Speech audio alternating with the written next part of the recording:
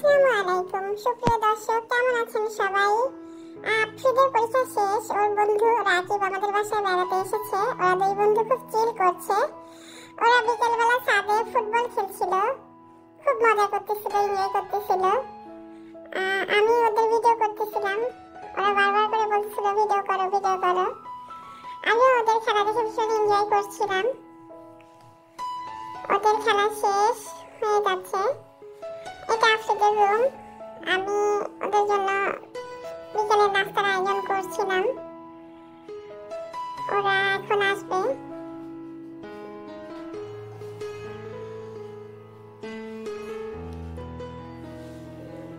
আফ্রিদ আর রাকিব খুব এনজয় করছিল। ওরা খেতে বসছে। ওরা দুই বন্ধু খুব এতদিন পর একসাথে হয়েছে পরীক্ষা পর, এই জন্য ওরা খুব মজা করছিল। মাগরিবের নামাজ পড়ছে দুই বন্ধু। সন্ধ্যায় চায়ে এবং কফির আড্ডা ছিল। রাকিব কফি খাচ্ছে আর আফ্রিদ চা।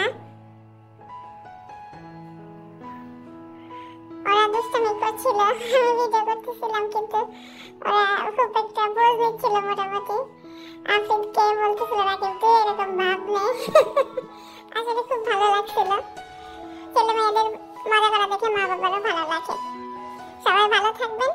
আল্লাহ হাফেজ।